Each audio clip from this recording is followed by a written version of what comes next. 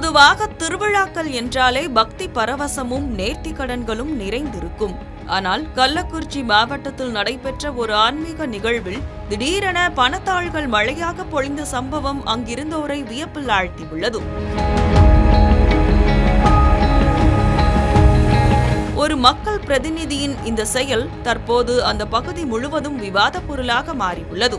இது குறித்த விரிவான தகவல்களை பார்க்கலாம். கள்ளக்குறிச்சி மாவட்டம் உளுந்தூர்பேட்டையில் புகழ்பெற்ற அங்காளம்மன் கோவில் மயான கொள்ளை திருவிழா கடந்த 10 நாட்களாக மிகுந்த விமரிசையாக நடைபெற்று வந்தது. விழாவின் முக்கிய நிகழ்வான மயான கொள்ளை உற்சவம் அரங்கேறியது.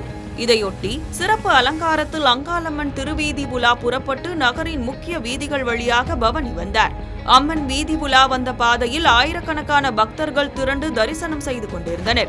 அப்போது உளுந்தூர்பேட்டை நகராட்சியைச் சேர்ந்த திமுக கவுன்சிலர் ஒருவர் திடீரென தான் வைத்திருந்த 100 ரூபாய் தாள்களை பக்தர்கள் கூட்டத்தை நோக்கி வாரி இறைக்க தொடங்கினார்.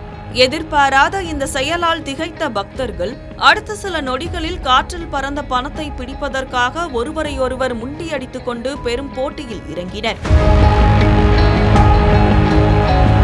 பக்திமயமான சூழலில் நடைபெற்ற இந்த தற்செயலான செயலால் அந்த பகுதியில் சிறிது நேரம் பெரும் பரபரப்பு ஏற்பட்டதோடு கூட்ட நெரிசலும் நிலவியது.